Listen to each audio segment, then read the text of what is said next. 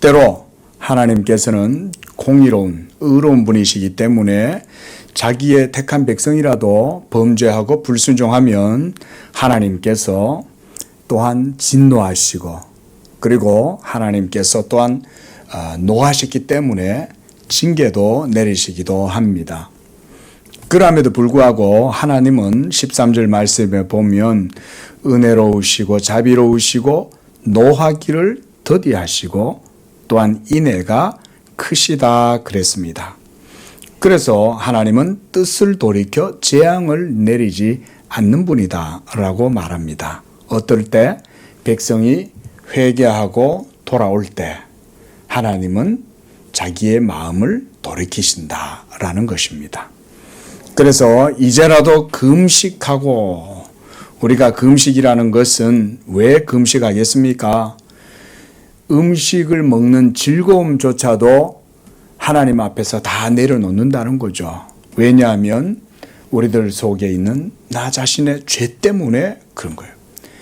죄를 생각하니까 하나님 앞에서 너무나도 부끄럽고, 죄를 생각하니까 하나님 앞에 도무지 나아갈 수가 없고, 그래서 먹는 것조차도, 먹는 즐거움조차도 하나님 앞에서 내려놓을 정도로 자기의 마음을 하나님 앞에 낮추는 거죠. 그러니까 금식을 하는 겁니다. 그리고 울고 애통하고 그리고 마음을 다하여 하나님께로 돌아가는 것. 우리가 마태복음 5장에 보면 팔복이 있지 않습니까? 팔복의 8가지 상태 가운데 그 모든 애통하고 가난하고 의에 줄이고 상한 마음, 이런 것들이 바로 뭐냐면 하나님 앞에서 자기 자신의 죄를 깨달았을 때 그런 마음을 가질 수가 있는 거죠. 자기의 죄를 깨닫지 못하면 애통하지 못하고 의에 줄이고 목마르지 못할 것이고 갈급하지 못할 것이고 마음이 가난하지가 않겠죠. 오히려 자기 속에 죄가 있음에도 자기 죄를 깨닫지 못하는 사람들은 자기가 의롭다고 생각을 하고, 그래서 자기 자신 안에는 의가 있고 자기는 사랑이 많고 자기가 행하는 모든 일들은 의롭고, 이러다 보면 헛된 자만심에 부풀어 올라가지고 교만해질 수도 있고, 그러다 보면 자기가 교만하다는 것조차도 모르는 거죠. 하지만 오늘 요엘 선지자는 너희가 이제라도 금식하고 애통하고 울고 마음을 다해서 하나님께로 돌아오라고 얘기를 하는 거예요. 자, 하나님께로 돌아가려면 지금 현재 우리 자신들의 상황에서 돌이켜야 되는 겁니다. 이게 회개의 정의입니다. 회개라고 하는 것은 돌이키는 거잖아요. 하나님께로 돌이키는 거예요. 우리는 날마다 회개해야 되는 줄로 믿습니다. 우리가 왜 날마다 회개해야 되냐면 우리는 날마다 하나님께로 돌이켜야 되기 때문에 그런 거예요. 자, 그래서 13절에 너희는 옷을 찢지 말고 마음을 찢으라고 말씀하고 있습니다. 여기에서 옷이라고 하는 것은 이것은 비유적인 표현입니다. 옷이란 회개를 할 때 옷을 찢는다는 것, 이것은 유대인들의 관습이기도 하죠. 하나님 앞에서 회개할 때 옷을 찢음으로써 자기의 비참함, 자기 자신의 죄상, 이런 것들, 고통스러움, 이런 것들을 옷을 찢음으로 표현했어요. 근데 마음은 안 찢고 껍데기만 찢었어. 옷만 찢었어. 그래서 주변의 사람들은 봤겠죠. 아이고, 옷을 찢네. 옷을 찢었는데 자기의 마음은 안 찢고 있으면 다른 사람들은 모르겠죠. 다른 사람들은 저 사람이 옷을 찢었구나. 왜 하나님 앞에서 회개하나 보네. 라고 이렇게 모양은 나와 있을지 모르지만 그 사람이 마음을 찢었는지 안 찢었는지는 모르잖아요. 그러니까 선지자는 지금 무슨 얘기냐면 마음을 찢으라는 말은 마음으로 하나님 앞에 나아가서 마음으로 회개하고 돌이키라, 그 말인 거예요. 그래서 마음을 찢으라 라고 그렇게 말하고 있습니다. 그렇게 함으로써 너희는 하나님 여호와께로 돌아오라 라고 말하는 거예요. 우리가 알다시피 이스라엘 백성들은 모두 다 하나님 앞에 범죄하고 하나님의 율법을 어기고 불순종해서 이방의 신을 따르고 이방의 귀신을 쫓아가고 이러면서 하나님 앞에 범죄했었습니다. 그런 이스라엘 백성들을 향하여 하나님께로부터 마음을 돌이키라는 거예요. 잠깐 옷을 찢는 척하고 금식하는 척하고 잠깐 하나님 앞에서 소리 질러가면서 기도하는 것 같아도 마음을 찢지 아니하면, 마음으로 돌이키지 아니하면 그것은 진정한 회개가 되지 않는다고 그러는 거예요. 하지만 그렇게 돌아오면 하나님은 재앙을 내리지 아니하신다. 오늘날도 동일한 줄로 믿습니다. 하나님은 오늘날도 똑같습니다. 우리가 예수님을 믿는다고 할 때도 우리의 예수 믿음도 우리의 마음이 하나님께로 착 달라붙어 있지 않으면 그 믿음의 건전성이 떨어집니다. 우리가 무엇이든지 퀄리티라는 말이 있잖아요. 퀄리티가 떨어진다 라고 하는 것은 그만큼 똑같은 모양에 있어도 내적으로 질적으로 다른 거죠. 신앙도 마찬가지입니다. 예수 믿음의 신앙도요, 아주 우리가 말하자, 우리 저녁 식사하면서 그런 얘기했습니다. 그렇죠? 복음주의 신앙이 있지만 개혁주의 신앙이 있는 거예요. 질적으로 틀려요. 예? 복음주의 안에도 그렇게 따지면은 복음주의의 바운더리가 너무 크니까 그 속에는 어떤 사람은요, 제7일 안식일교까지 집어넣는 경우가 있어요. 여러분, 제7일 안식일교 그러니까 그게 뭐 여러분 이단입니다. 예, 여러분들이 제7일 안식교 조금만 살펴보면요, 제7일 안식교는 솔직히 기독교라고도 할 수가 없어요. 예수는 믿는다고 말은 하는데 율법 종교에 벌써 제7일 안식교잖아요. 아직은 그들은 안식 구약의 율법 안식일을 지킨다 이런 의미를 가지고 있는 거예요. 말도 안 되는 얘기죠. 그거는 이단 중에서도 아주 수준이 낮은 이단인 거예요, 사실은. 미국 같은 데는 제7일 안식교도 기독교다 이런 식으로 얘기하는 사람들도 있고요. 예? 캐나다 같은 데 가면 그런 사람들이 모여 있는 것도 있고요. 그래요. 그런데 제7일 안식교는요, 예수 믿음 복음이 아니에요. 여전히 율법 신앙인 거예요. 예. 이런 것에 차이가 있습니다. 벌써 신앙 속에도. 복음주의 안에도 보면 누가 좀 더 성경에 가까우냐 이런 정도지 정통성은 확고하지는 않아도 성경 언저리에 맴도는 거예요. 근데 성경에 가까울수록 복음주의도 좀 더 건강한 복음주의가 있고 예? 좀 멀리 겉도는 것들은 그래 따지면 이단이고, 이단보다 더 멀리 가면 이제 사입이죠. 그렇잖아요. 아니 뭐 저기 신천지가 기독교입니까? 신천지는 신천지 교회예요. 그거는 통일교가 기독교 아니듯이 신천지도 기독교 아닙니다. 네? 정명석이 따르는 그런 JMS, 그게 기독교입니까? 기독교가 아닙니다. 그런 건 이단이라고 하지 않아요. 이단이라는 것은 약간 다르다라는 뜻이지만 엄밀히 말하면 그것도, 이단도 엄밀히 말하면 기독교가 아니에요. 기독교라고 하는 것은 하나님이 아시는 기독교죠. 하나님이 아시는 자기 백성이 기독교잖아요. 사실은 이런 게 사실은 우리가 추구하는 그런 이제 신앙인 거죠. 자, 어쨌든 하나님께로 돌이키고 나와라. 언저리에 맴돌지 말고, 그렇게 하면 14절에 하나님께서 너희에게 내리실 모든 진노와 재앙을 거두시고 도리어 복을 내리시고 하나님도 진노의 마음과 뜻을 돌이키신다 이거. 내가 너 이놈 혼낼 거야 너 하다가도 하나님은 돌이키실 수 있는 거예요. 근데 계속 완고하게 하면 어때요? 너 도저히 안 되겠어. 너 참다 하나님이 그때는 치시기도 하는 거예요. 너 이 녀석 도저히 안 되겠다. 하나님이 일단 치실 때는 하나님이 엄청 참으신 거예요. 하나님이 어마어마하게 오랫동안 참으신 거예요. 근데 이거 이제 놔뒀다가는 이거 안 되겠다. 이거 더 이상 놔뒀다가는 구원에서 자칫하면 벗어나서 하나님하고 완전히 떠나가지고 엉뚱한 삶을 살겠다. 하나님이 자기 택한 백성이니까 그냥 안 놔두는 게 더 이상 내버려 두지를 않는 거예요. 우리 옛날 말로 좀 과한 말로 다리를 부러뜨려서라도 정신 차리게 하는 거죠. 왜냐하면 이게 다리가 성하니까 자기 가고 싶은 대로 가려고 그러는 거 아니에요. 하나님이 그렇게까지 하고 싶어 하시겠어요? 그러나 죄를 깨닫고 애통해하고 눈물을 흘리고 금식하고 마음을 찢고 돌아오면 하나님은 자기의 백성들을 향해서 뜻도 돌이키시고 하나님의 진노의 마음도 푸시고 이렇게 해서 은혜를 베풀어 주시는 거죠. 그래서 너희의 하나님 여호와께 소제와 전제를 드리게 하실 것이다. 소제와 전제를 드림으로 하나님의 마음이 풀리는 게 아니죠. 소제와 전제는 우리가 하나님 앞에 마음을 먼저 돌이키고 그 다음에 소제와 전제를 드려야 하나님이 받는 거지.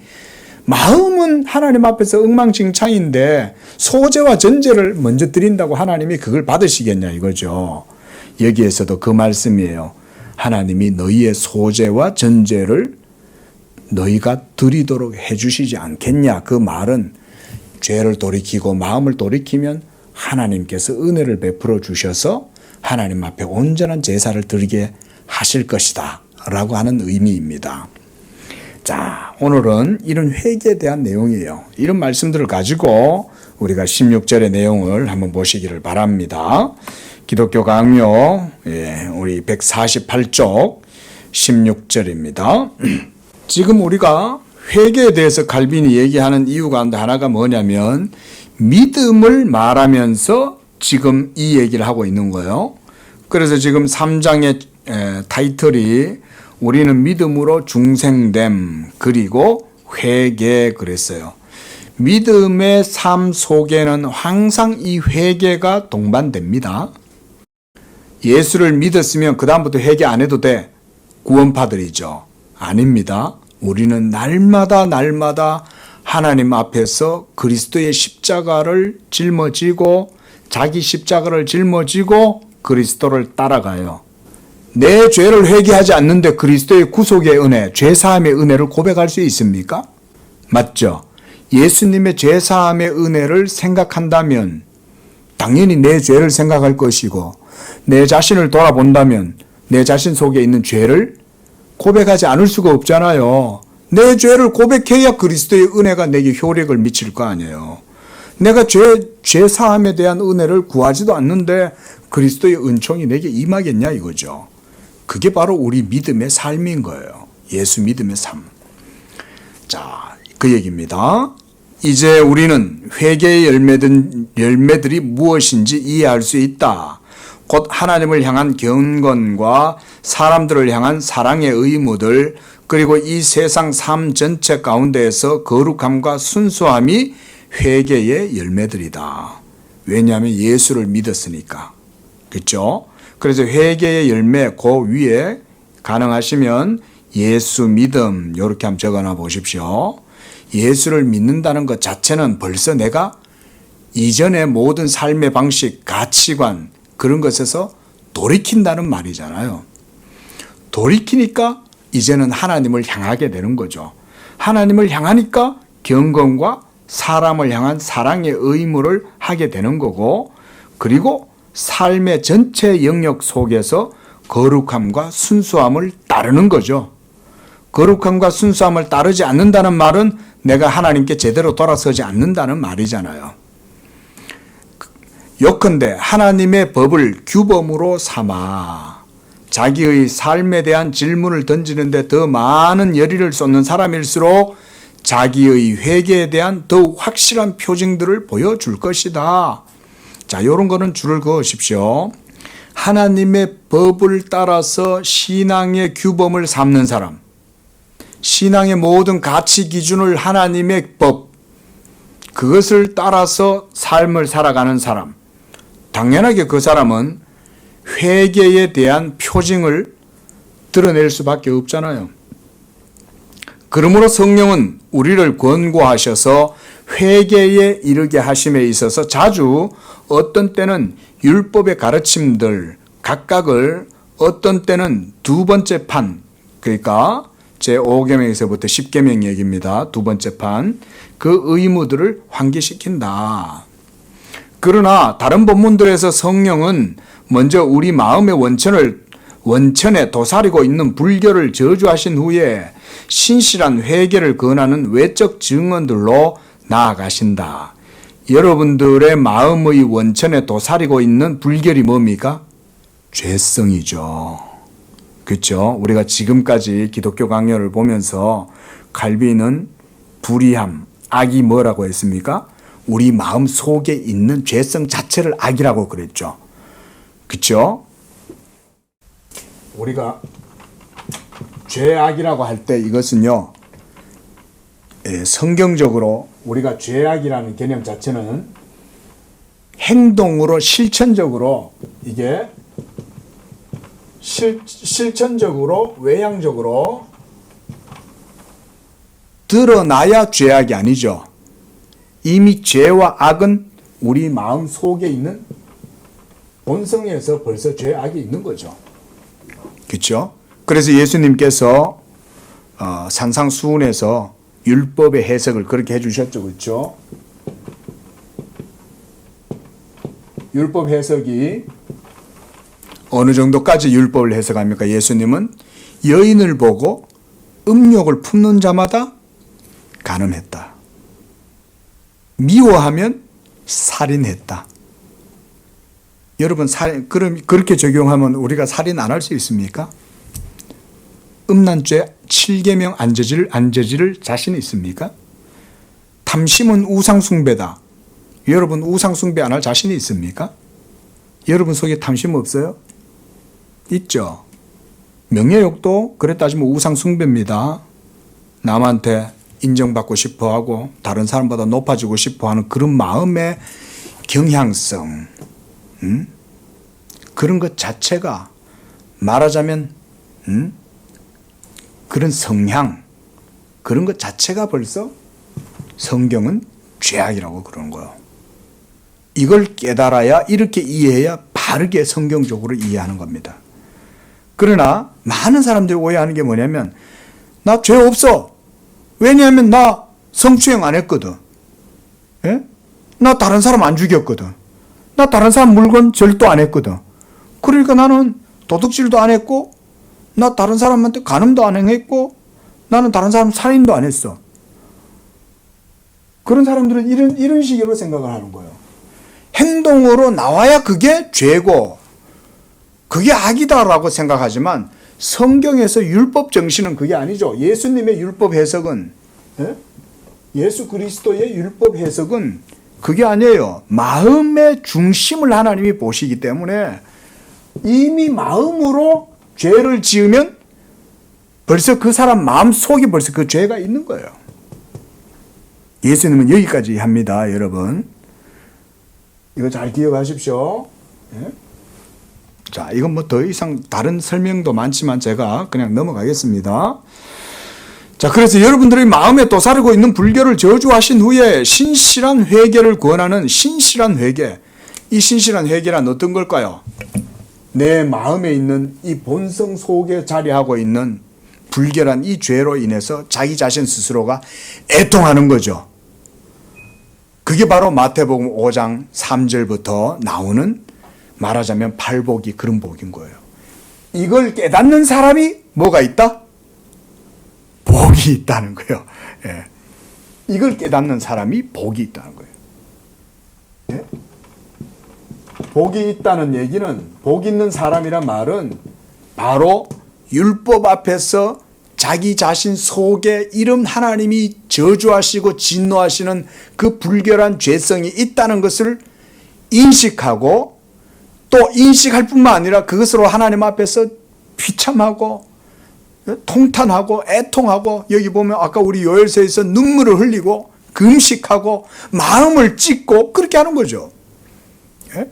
그런 사람이 어떤 사람? 복 있는 사람. 왜 이 사람이 복이 있습니까? 예수님이 왜 복이 있다고 했을까요? 예수 그리스도에 대한 믿음으로 나아가게 되고, 그래서 믿음으로 나아가고 난 다음에 구원뿐만 아니라 하나님의 나라를 얻을 수 있기 때문에 그런 거예요. 자기가 죄인이 아니라는 사람은 예수 안 믿죠? 교회는 다닐 수 있어요. 교회는 다닐 수 있습니다. 근데 자기가 죄인이라는 것을 모르니까 마음을 안 찢는 거야. 하나님 앞에서 회개는 해. 근데 회개는 하는 것 같은데 가만히 그 사람 속을 들여다볼 수 있으면 그 사람의 회개는 뭐냐면, 내가 이번 주에 좀 나쁜 짓들을 많이 했거든. 응?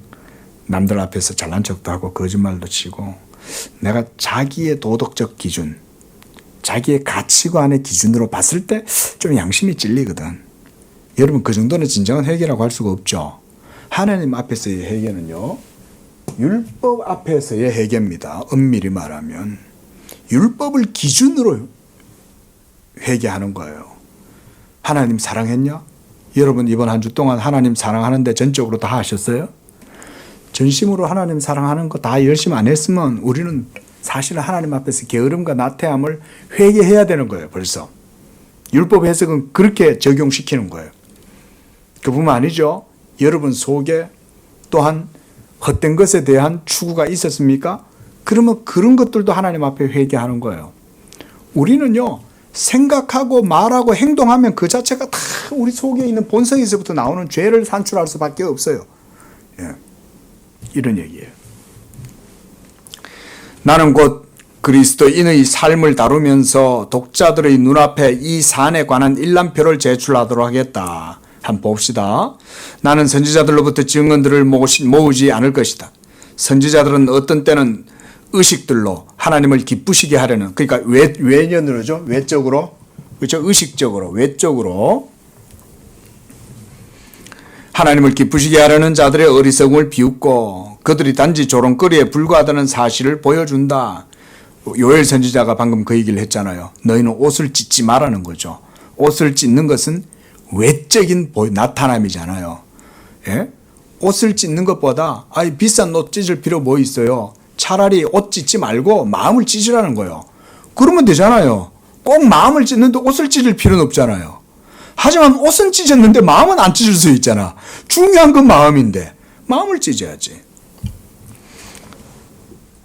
그리고 다른 때는 하나님은 사람의 마음 속을 보시기 때문에 삶의 외적인 순전함이 회개의 주요부는 아니라고 가르친다. 그렇죠? 옷을 찢는 건 중요한 게 아닌 거예요. 마음을 찢는 내면이 중요한 거예요. 이게 회개죠. 성경에 조금이라도 정통한 사람은 우리가 하나님에 대해서 다루어야 할 일이 있을 때 마음의 내적 정서로부터 시작하지 않는다면 아무것도 제대로 되지 않음을 이해하게 될 것이다. 그렇죠? 제가 방금 드린 말씀이 그건 거예요. 우리가 여기에서 지금 뭐라 그럽니까?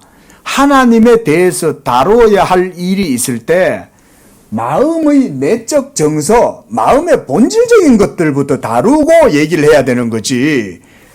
옷을 찢었어. 금식했어. 막 기도 소리도 막 커. 기도 소리 크면 그게 마음을 찢는 겁니까?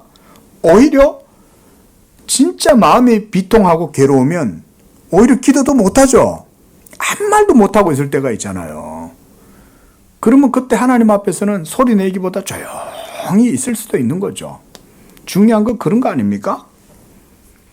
나머지 일들을 이해하는 데 있어서 너희는 옷을 찢지 말고 마음을 찢고 라는 요엘서의 말씀이 결코 모자람 없이 작용할 것이다. 이 두 가지 모두가 야고보의 다음 말씀에 더욱 간략히 나타난다. 자, 함께 읽어봅니다. 시작. 죄인들아 손을 깨끗이 하라. 두 마음을 품은 자들아 마음을 성결하게 하라. 죄인들아 손을 깨끗이 하라. 이거는 유대인들의 정결 예법도 있잖아요. 밥 먹을 때 손 씻고 집에 들어오면 손 씻고 발 씻고. 그런데 바리새인들이 보니까 아니 당신의 제자들이 뭘 음식을 먹는데 손을 왜 안 씻습니까? 라고 막 비난을 하는 거죠. 그때 예수님이 뭘 얘기합니까? 그런 게 중요한 게 아니다. 입으로 들어가는 게 중요한 게 아니라 사람 속에 있는 것이 밖으로 나오는 게 더 중요하다 그랬잖아요. 사람의 속에 있는 거. 여러분들이 말을 할 때 그 말이 나오는 게 모두 다 마음의 표현이죠. 마음의 표현이 여러분 속에서 나오는 거잖아요. 여기서 다 나오는 거죠. 그러니까 외향적으로 손 씻는 거, 의식 정결례를 행하는 거, 이게 본질적인 게 아니다 이거죠. 더 중심적이고 본질적인 것은 그게 아니라 마음을 성결하게 해라는 거였다. 마음을 성결하게 해라. 실로 이 본문의 첫 문장은 첨가된 것이다. 그 원천과 원리는 뒷부분에서 예정된다.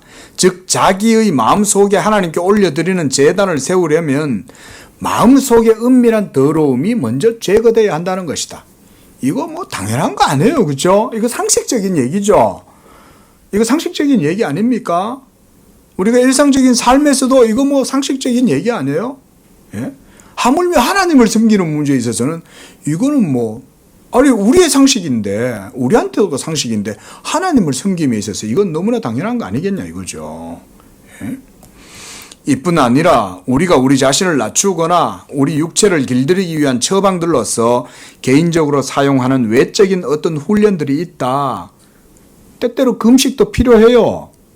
그거는 내 자신을 낮추고 꺾기 위해서 때때로 의식적인 그런 행동, 의식적인 그런 훈련들도 필요하긴 합니다. 그렇죠? 그래서 조용히 집에서 기도하는 것보단 때때로 기도원에 가기도 해요. 사실은 그러나 기도원에 간다고 해서 하나님이 기도를 더 들으시는 건 아니잖아요. 집에서 기도해도 되죠. 그런데 내가 마음으로 더 하나님 앞에 가까이 가려고 기도원에 가는 건 그것은 괜찮죠. 하지만 집에서도 기도해도 되는데 교회에서 기도해도 되는데 굳이 뭐 기도원까지 또 갈 거 뭐 있겠어요. 예? 자기의 마음이 여기서도 하나님께 기도하면 사실은 뭐 그 어디나 하늘나라 아니에요? 그렇잖아요. 내 주 예수 모신 그곳 그 어디나 하늘나라. 아니 뭐 하나님 나라가 저 강화도에 있는 갈멜산 기도원에 가야 나오는 것도 아니잖아요. 저 강원도에 있는 기도원에 가야 나오는 건 아니잖아요. 내 마음이 중요한 거죠. 자, 그러나 이런 의식들을 사용하는 것 자체가 나쁜 건 아니에요. 그렇죠? 금식하는 게 때때로 도움이 돼요. 저도 가끔 가다 금식을 합니다. 어떨 때는 아침에 이렇게 기도하다가 하나님 앞에서 내 죄를 깨달으면 가끔 가다 하나님 앞에 저도 금식을 해요. 어떨 때는. 근데 금식을 할 때 저는 이렇게 생각합니다. 한 끼 굶자. 이거 아닙니다. 마음이 일단 하나님 앞에서 그러니까 그 마음을 하나님 앞에 낮추기 위해서 금식을 그냥 하는 거예요. 그렇게 함으로써 그 밥을 안 먹으면 하늘이 어질어질 노래지기도 하고 힘들잖아요. 하지만 그거조차도 내 죄보다 더 클 수 없는 거죠. 그 죄에 대한 아픔, 고통이 그거보다 더 클 수 없기 때문에 금식을 그냥 하는 거예요. 그래서 먹는 즐거움도 하나님 앞에 내려놓겠다. 이런 것, 이건 오케이. 나쁘지 않아요. 금식하는 걸 하지 말라는 말이 아니에요. 옷을 찢지 말라는 게 아니에요. 옷을 찢되 마음이 먼저 중요하다는 얘기인 거죠.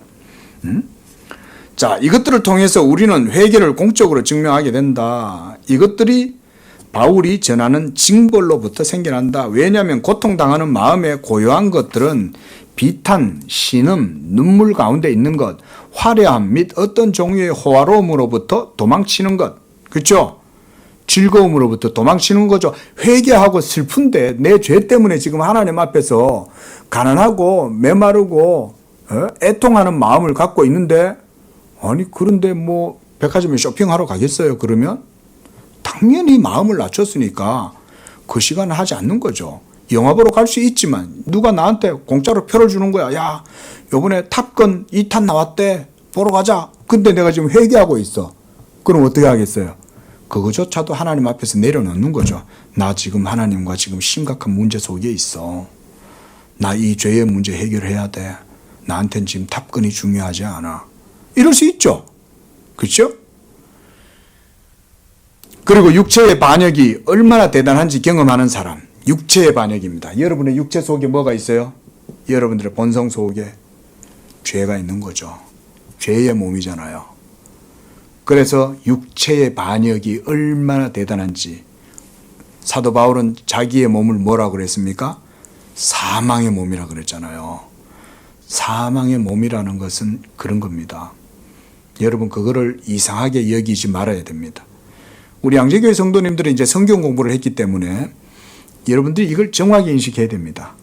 이거를 인식하면 사람한테 실망 안 합니다. 사망의 힘이 저렇게 강하구나 이렇게 생각하면 되는 거예요. 예? 사망의 세력이 저를 저렇게 사로잡고 있구나. 예? 그걸 인식하면 같은 예수 믿는 사람들끼리 기도해 줄 수 있죠. 형제의 연약함, 지체들의 연약함과 부족함이 보이면 그것을 막 정죄하거나 이러면 자기도 그보다 더 연약한 거예요. 하지만 사망이 저 형제를 붙들고 있구나. 그러면 우리는 어떻게 기도하면 되겠습니까? 하나님, 성령으로 역사하셔서 저 형제의 연약함을 치유해 주시고 저가 연약함에서 돌이켜서 하나님께 더욱 불붙는 사랑의 사람이 되게 해주셔서 온전하게 해주십시오. 이렇게 기도하면 되잖아요. 근데 우리는 그렇게까지 못 나아가죠. 거기까지 나아가면 온전한데 거기까지 나가기가 힘들어요. 제 경험상. 그렇게까지 나아가는 사람은 1000명에 한두 명 있을까 말까요. 교회 안에서도. 그러나 우리는 이런 말씀을 이제 배웠으니까 이런 게 교회 생활에 말하자면 은혜의 원리 아닙니까? 교회라는 데가 뭐예요? 은혜의 원리가 지배하는 것이 교회 아닙니까?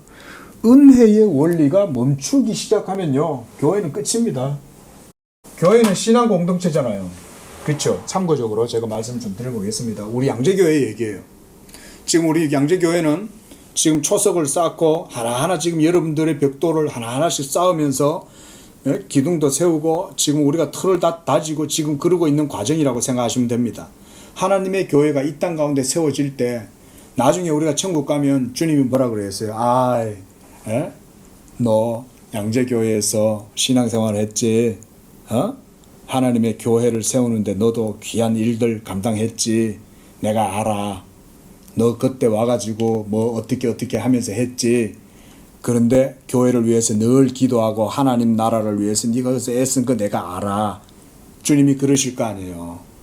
이 교회가 하나님의 교회고 하나님의 나라가 이 가운데 있으니까 마지막 날 예수님이 오셔서 하나님의 나라가 완전히 드러나게 되면 하나님의 교회가 드러나잖아요.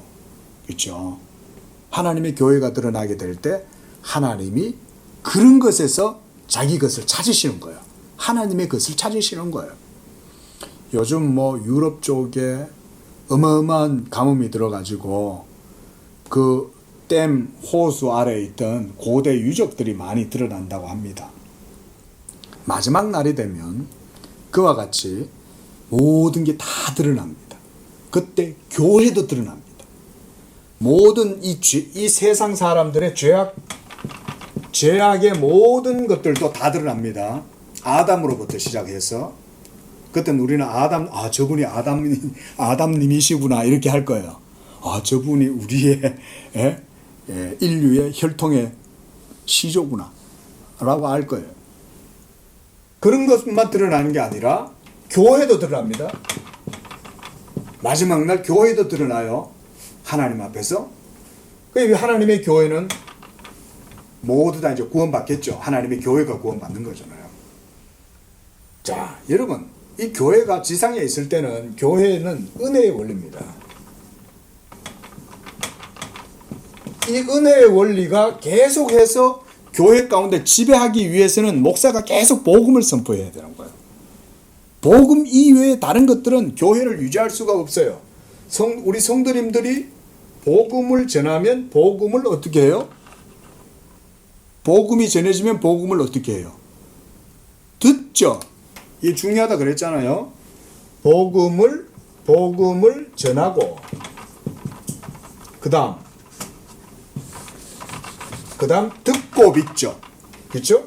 복음을 전하고 듣고 믿어. 이러면 거기에 교회가 생기죠. 왜냐면 믿음이 생겨났잖아요. 믿음이 생겨나니까 여기에 교회가 생겨나는 거예요.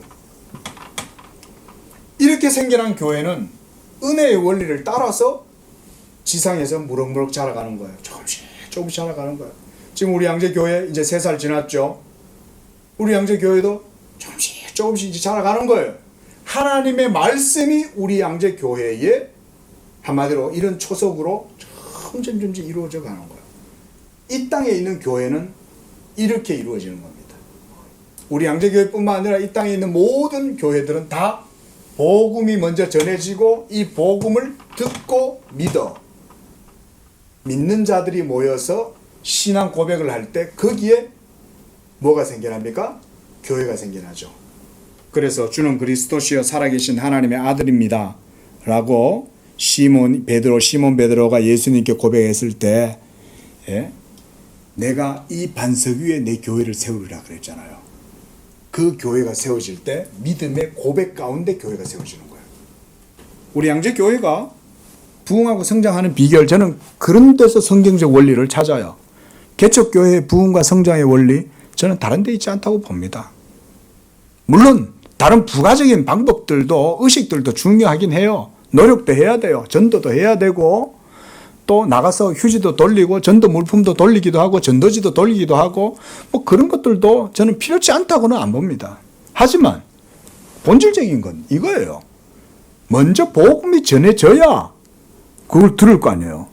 그리고 성도들이 그걸 들어야 믿음이 생겨날 거 아니에요. 그렇죠? 믿음은 어디서 나옵니까? 들음에서 나오고 들음은 무엇으로? 그리스도의 말씀으로, 복음이죠. 그리스도의 말씀이란 복음을 얘기하는 거예요. 그 복음이, 그래서 목사는 복음을 전해야 되는 거예요. 교회를 세우려면 우리 양재교회가, 남상수 목사가 교회를, 이 양재교회가 하나님의 뜻 가운데 세워지려고 하면 복음을 전하는 거예요. 그거 이외엔 다른 방법이 없습니다. 이게 최고 중요한 원리예요, 저는. 이건 개척교회만의 원리도 아니고 모든 교회의 원리죠. 큰 교회라고 해서 그럼 복음 안 전하면 됩니까? 클수록 오히려 더 복음을 전해야죠. 왜냐하면 거긴 영혼들이 더 많잖아. 우리 교회는 몇 명 안 돼. 예? 물론 한 영혼이 중요하니까 당연히 우리 교회도 복음을 전해야지만 큰 교회는 그래 따지면 더 많은 영혼들이 있으니까 복음을 더 열심히 전해야죠. 많은 사람들이 듣고 믿어 구원을 얻으라고. 여러분, 이 교회가 세워지는 원리가 이런 거예요. 은혜의 원리가 교회 안에서 복음을 통해서 이루어지는 거예요. 이거 이해되시죠? 우리가 성경 공부하면서도 제가 교회론 하면서도 이런 얘기는 저번에도 말씀드렸어요. 예? 교회론에서. 교회는 이렇게 세워집니다. 그래서 목사가 복음을 증거하는 거예요. 그걸 듣고 믿는 자들이 신앙을 고백하고 예수가 주님이시다라는 고백을 하면 거기에 교회가 세워지는 거예요. 예? 우리 양재교회에 말하자면 뭐 사람들이 말하는 그런 부흥이라는 거는 다른 거 아닙니다. 하나님이 축복을 해주셔야 돼. 복음에. 이 예수 그리스도 복음에 하나님이 축복을 해줘서 이 복음이 풍성하게 열매가 맺히고 효력이 드러나서 듣는 사람들 속에 성령의 역사가 막 일어나면 그게 부흥이지 뭐예요. 그 사람들이 복음을 듣고는 기뻐할 거 아니에요. 그 막 구원의 감격과 기쁨 속에서 삶이 변화되고 하나님이 기뻐하는 삶을 살게 될 것이고 막 이러면은 자연스럽게 부흥이 일어나는 거예요.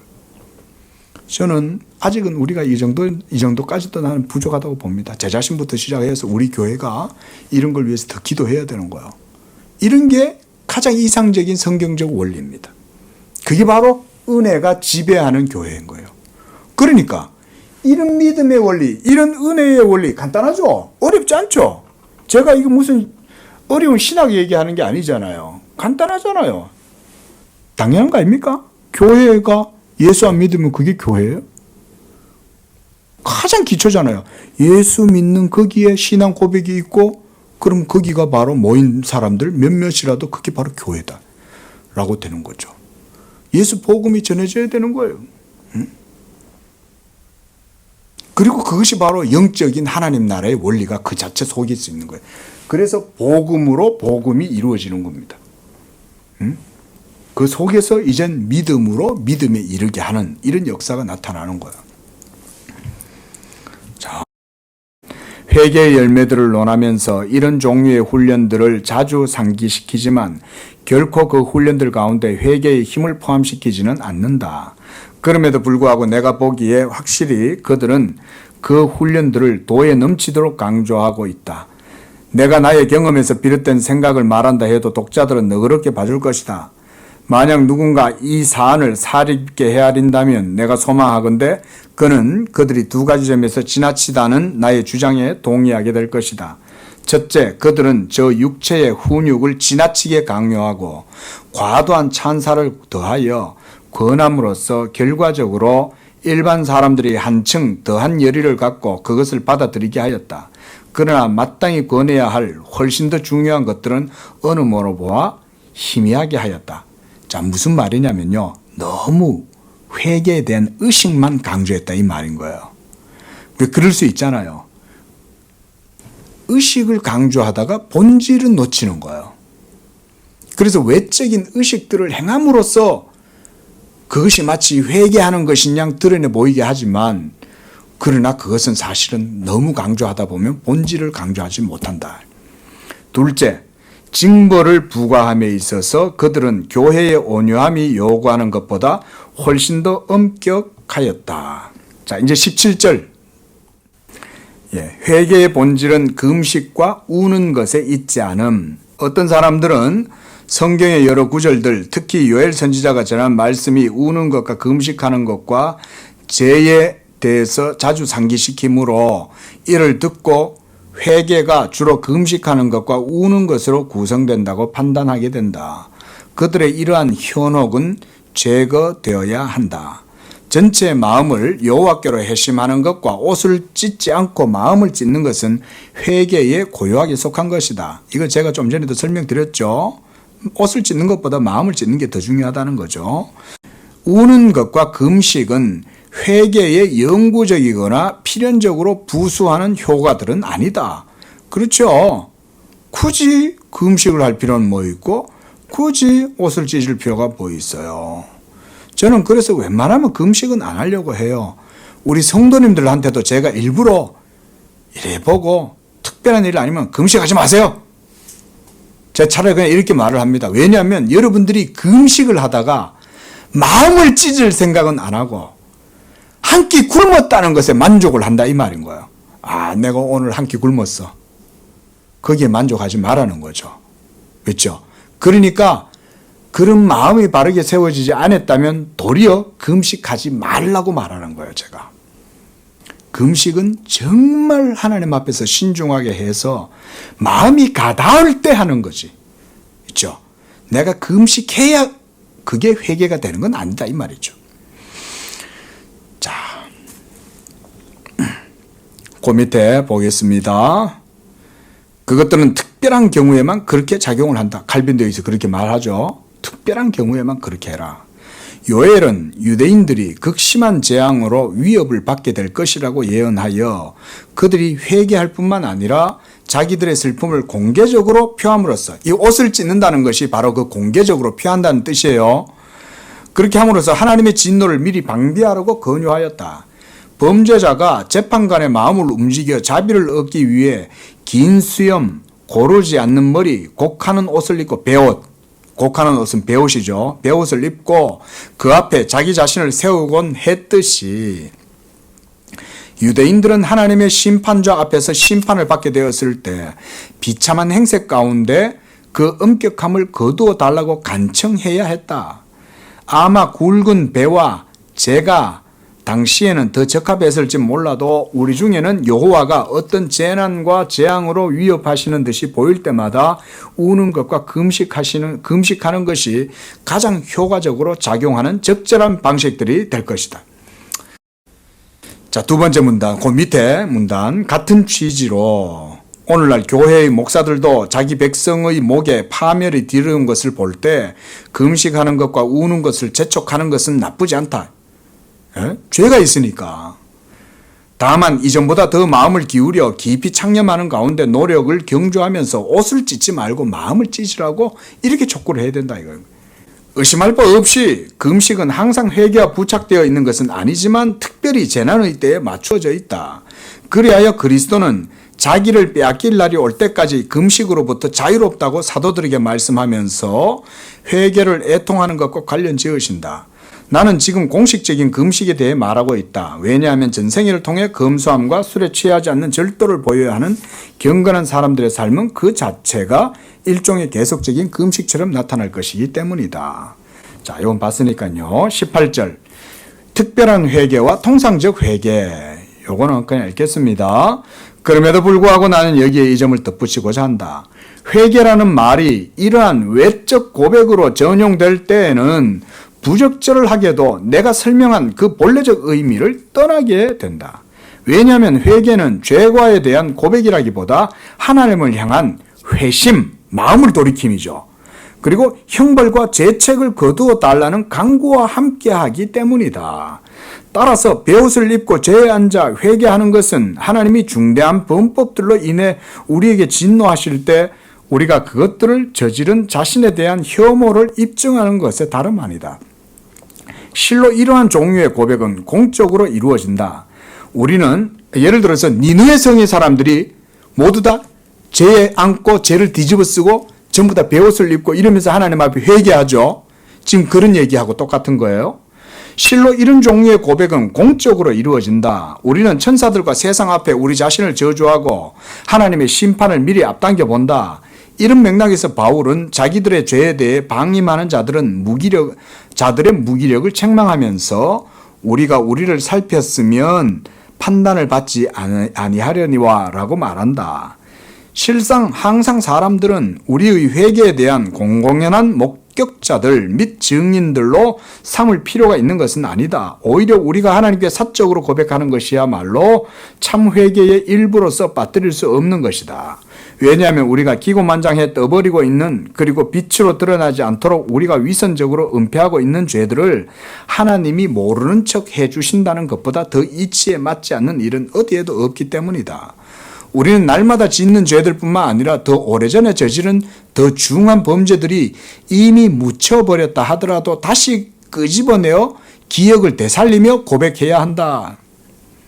여러분, 다른 사람은 몰라도 자기 자신은 알죠. 누구한테도 말할 수 없는 죄, 자기의 흑역사 이런 거 있잖아요. 근데 그런 것들이 생각날 때마다 우리는 하나님 앞에서 겸손하게 자기 죄를 고백할 수 있어야 된다는 거예요. 자, 넘어가겠습니다. 그 밑에 줄, 그 밑에 문단 153쪽입니다. 그뿐 아니라 우리는 다음 사실에 주목해야 한다. 위에서 본 바와 같이 우리는 계속해서 회개에 힘써야 한다. 계속해서 회개에 힘써야 합니다. 이는 모든 성도에게 주어지는 명령이다. 이러한 회개는 마치 죽은 자들이 깨어나듯이 하는 회개와 구별되어야 한다. 죽은 자들이 깨어나듯이 하는 회개는 치욕스럽게 나락에 떨어졌거나 고삐가 풀려 방자히 죄를 짓는데 각각 자신을 던졌거나 하나님의 멍에를 내팽개치고 모종의 반역을 꾀했던 사람들이 돌이킬 때 하는 회개이다. 성경은 이 회개를 죽음으로부터 생명으로 나아가는 통로와 부활과 같다고 제시한다. 이게 바로 뭐냐면 특별한 회개예요. 회개도 그러니까 특별한 회개와 통상적 회개가 있는 거죠. 예. 특별한 회개는 한마디로 어떤 사람이냐? 집 나간 탕자가 아버지 집에 돌아오죠. 그렇죠? 그걸 보고 칼빈은 지금 특별한 회개라고 지금 말하고 있는 거예요.